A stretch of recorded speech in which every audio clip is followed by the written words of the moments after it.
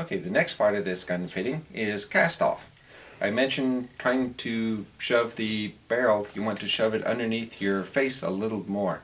Granted, it's a small amount, but it does help. And the other thing is the reduction in the felt recoil. Most of the factory guns are straight line, it goes straight into your shoulder, and if you got a big caliber, of course, it's like standing on the wrong end of a sledgehammer. Well, if you can reduce it, the felt recoil is a whole lot more pleasant to shoot it. And if you add a little bit of cast off, it's amazing. You can reduce it sometimes as much as 30%, which makes it almost tolerable. How do you do this? Well, as you can see, this channel is offset from the center of the rifle. And any proper custom gun, that's the first thing they're going to do, is offset it a little. This is what adds to the width of the gun, of course. Then we have a butt plate. I have a couple here.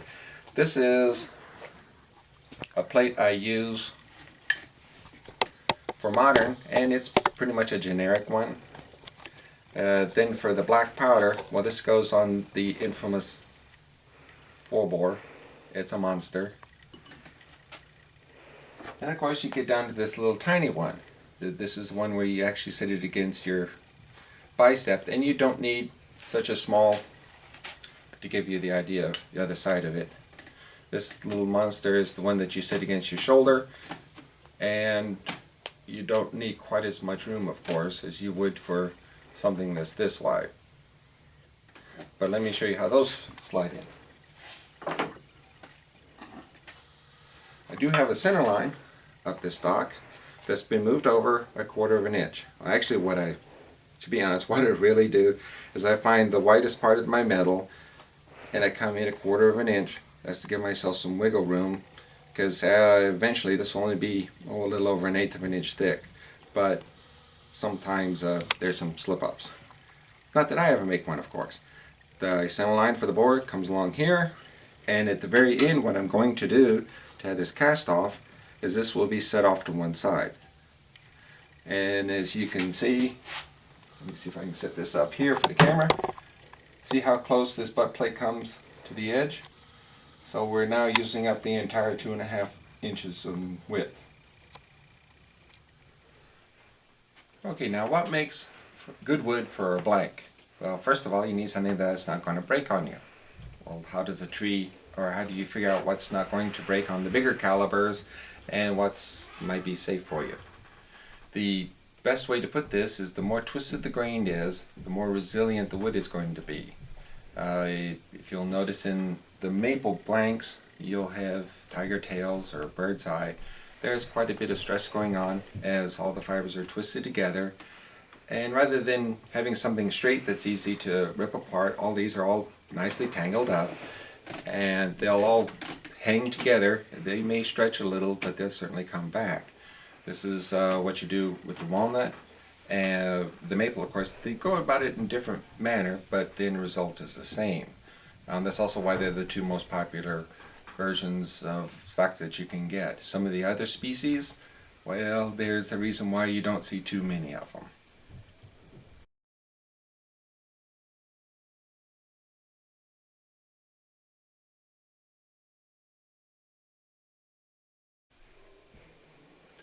Okay, now that almost eliminates having straight grain. Not quite. You can reinforce it if you have some kind of a special piece that you do want. There are people that will drill a very large hole and put a bolt down it. You can certainly epoxy it. I believe on YouTube there's an example of Larry Potterfield at Midway doing that. A lot of people now are going to graphite tubes that are also epoxied in. They're a little lighter weight. Certainly work just as well, and definitely stiffen and will prevent things from breaking. However, I do not recommend having straight grain in some of the higher powered rifles. Higher powered, I mean from a 30-06 on up. Some of those really big ones, it's better to be safe than sorry. Okay, now for what kind of species that you want to use. I would first of all stay away from the sycamores, pecan, oak, poplar, tulip poplar. They may look very nice, but they're either very heavy, as in the oak. Oak also has tannic acids in it, it will eat your metal. That's not very pleasant when small screws start literally rusting through, and rest assured they will. The other ones have a habit of splintering, or they're very unstable when it comes to changes in humidity. Now in the very last video I'll show you how to finish it to stay away from most of the humidity changes. Some tricks that have been around, I believe, since the Egyptians put the pyramids up.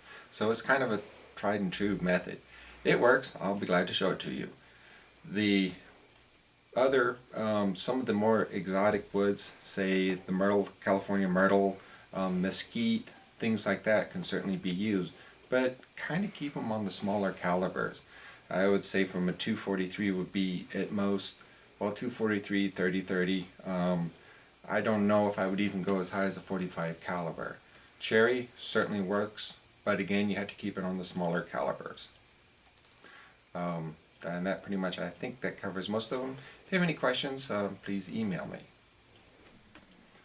Okay, now that I've pretty much covered what not to do, perhaps I should get a little closer on where you can get good wood.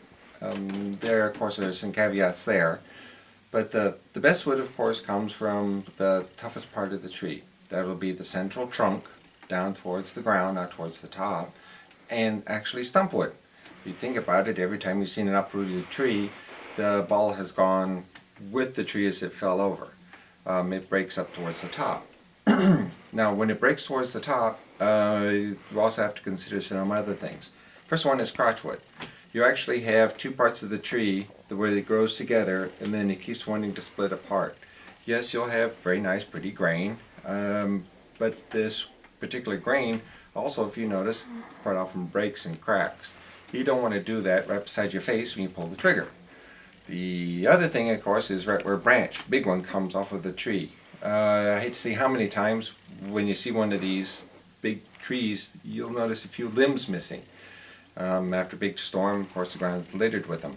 Again, you really don't want that to occur when you pull the trigger. So where do you get these nice curved grains and things like that? Well, of course, they come from the very bottom of the tree where the stump comes out of the ground. Right where it comes, you have the roots. Of course, they come together and forms the thickest part of the tree. Just as the roots in the tree come out of the ground is about where you want the wrist.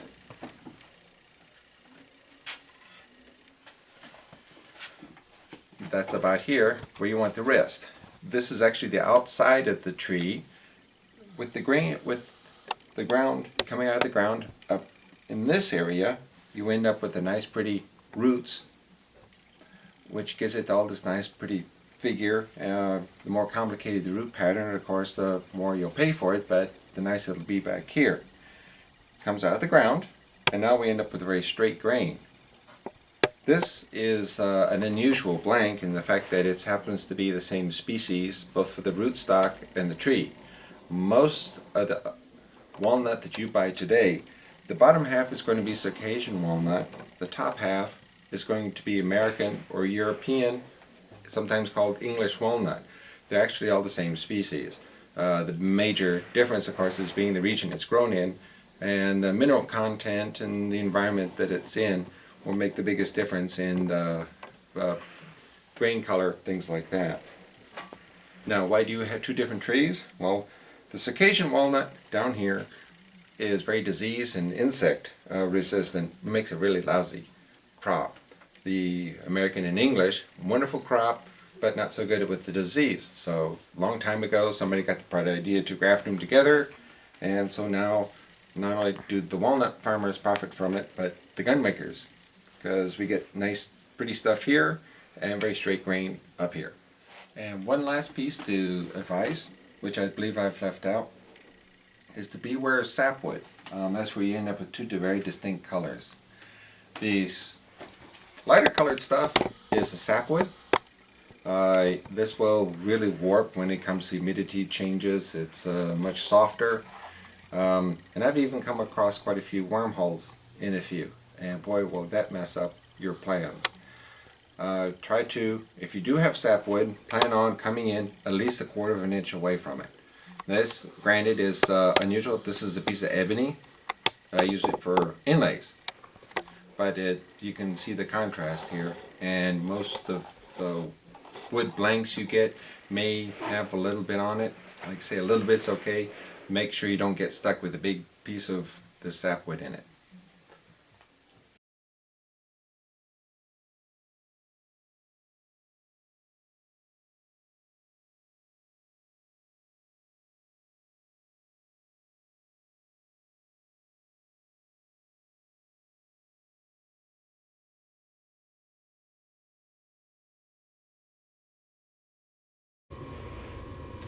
And now where do you get all this stuff? Well, for hand grips, believe it or not, your firewood stack happens to be a very good source. It's amazing what unfortunately goes up a chimney. Just kind of keep an eye out as you're going through it, and if you see something with some interesting figure in it, set it aside. It's very easy to saw up. Now for a proper size rifle stock, you can get them on eBay, of course from your local hardwood dealer. Make sure you get in the full 2.5 inches, and if you buy it from somebody actually advertising that it's a Gunstock, I want to use the Latin term caveat emptor. Buyer beware. They probably will tell you at least 1 year's air dry, and they won't say much afterwards. That's about the way it will be. Everybody uses a different grading system. What's presidential in one may be junk in another. It's hard to tell. Get them to send you pictures of what they're going to sell you, and also have a way of holding up the payment if you do pay for it and what you get is not the pictures that they sent you. So do be aware of them. Some of the better named ones, certainly they'll treat you right. One thing to remember, you very well may get what you pay for. You're not really going to get more than what you pay for. So best of luck, like I say. So it's eBay, your local hardware company, and what you find in your firewood pile. Best of luck. And for my next video, this will be on tools. This is the Knerr, which ones you particularly need. But I will briefly touch on power tools. I'm not a big fan of power tools, but I'll admit to occasionally using a few myself. Most of my work, of course, is by my hands. Go through the different ones needed, how to take care of them, how to tune them, how to sharpen, and I will only briefly touch on the sharpening. I figure by now you probably know how to do it yourself. If not, there's more than enough information out there to do it, and I don't need to take up your time showing you just another way of doing it. Best of luck, and thank you for watching this video.